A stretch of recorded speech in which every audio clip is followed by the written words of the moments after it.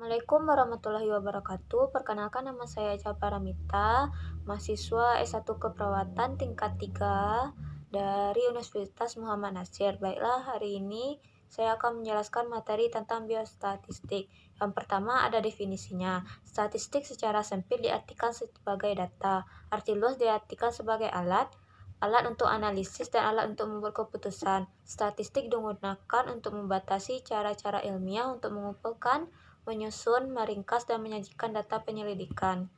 Yang selanjutnya ada ruang lingkup statistik. Yang pertama ada statistik deskriptif.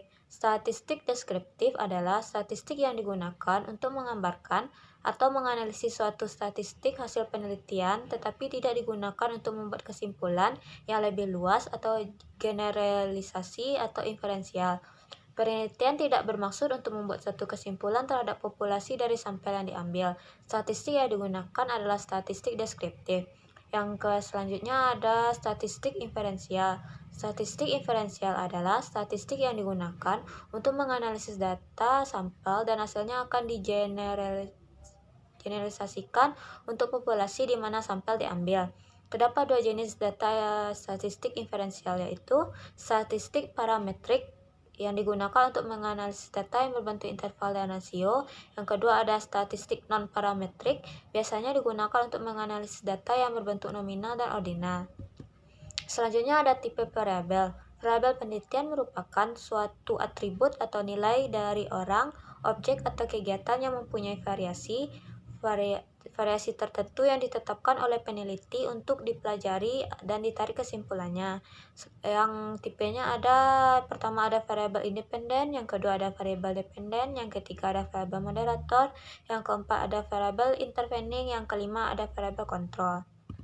Selanjutnya ada sumber data. Sumber data ada dua, yaitu sumber data primer dan sumber data sekunder. Yang pertama data primer. Data primer yaitu yang dikumpulkan langsung oleh peneliti, misalnya lewat survei. Yang kedua data sekunder, yaitu data yang sudah tersedia, misal laporan dinas kesehatan atau lembaga tertentu. Selanjutnya skala pengukuran. Yang pertama ada skala diskrit atau nominal. Skala diskrit atau nominal adalah data yang hanya dapat digolongkan secara terpisah atau secara kategorik. Yang kedua ada skala ordinal, yaitu data ordinal adalah data yang berbentuk ranking atau peringkat. Yang ketiga skala interval. Data interval adalah data yang jaraknya sama tetapi tidak mempunyai nilai nol, absolut atau mutlak. Yang keempat ada skala rasio. Data rasio adalah data yang jaraknya sama dan mempunyai nilai nol mutlak. Yang selanjutnya ada metode pengumpulan data. Yang pertama ada metode observasi, yang kedua ada metode dokumentasi, yang ketiga ada metode survei, yang keempat ada metode eksperimen. Selanjutnya ada syarat alat ukur. Yang pertama validitas, yaitu kesesuaian antara alat dan apa yang diukur. Yang kedua ada reliabilitas, yaitu reliabilitas adalah hasil beberapa kali pengukuran tetapi hasil tetap sama. Selanjutnya ada penyajian data. Data harus disajikan secara komunikatif dan lengkap agar mudah dipahami. Bentuk penyajian datanya di antara lain seperti ada pertama ada tabel, yang kedua ada grafik, yang ketiga ada diagram.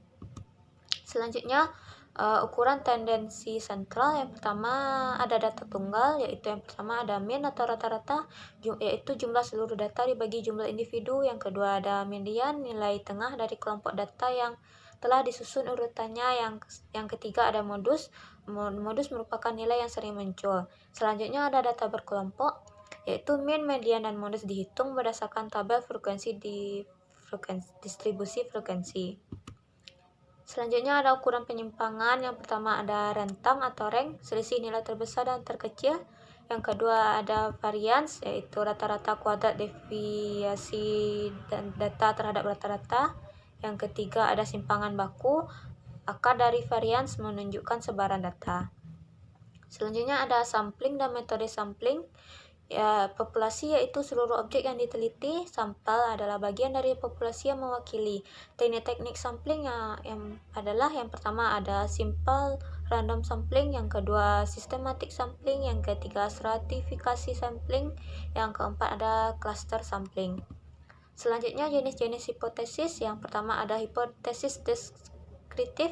Hipotesis ini mempunyai sifat menyatakan eksistensi, ukuran, atau distribusi dari kasus-kasus. Yang kedua ada hipotesis hubungan. Hipotesis ini mempunyai sifat asosiatif atau hubungan antara satu variabel dengan variabel satunya, di mana syarat yang diperlukan adalah ada dua variabel yang terkait. Yang ketiga ada hipotesis sebab. Hipotesis ini mempunyai ciri satu variabel sebagai sebab sedangkan satu variabel sebagai akibat. Yang keempat ada hipotesis perbandingan. Hipotesis ini bertujuan melihat perbandingan antara satu variabel dengan variabel lainnya. Yang selanjutnya ada cara menguji hipotesis. Yang pertama ada melakukan penyataan mengenai hipotesis, yang kedua melakukan pengujian hipotesis, yang ketiga menentukan tingkat signifikansi, umumnya 10%, 5%, atau 1%, menentukan daerah penolakan atau penerimaan. Yang keempat ada menarik kesimpulan dengan bandingkan nilai uji hitung dengan nilai kritis tabel atau nilai P. Selanjutnya ada uji satu populasi. Pengujian hipotesis ini biasa sering disebut pengujian hipotesis deskriptif.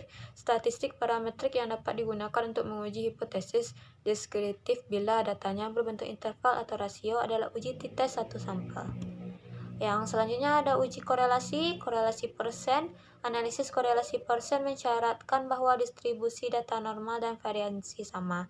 Jika asumsi ini tidak terpenuhi, sebaiknya digunakan analisis yang lain untuk menguji hipotesis yang berbentuk korelasi nol. Jika dalam suatu penelitian diperoleh bahwa distribusi data tidak normal dan variansi tidak sama, maka digunakan analisis yang lebih sederhana, yaitu analisis kendali atau analisis Spearman. Terima kasih. Assalamualaikum warahmatullahi wabarakatuh.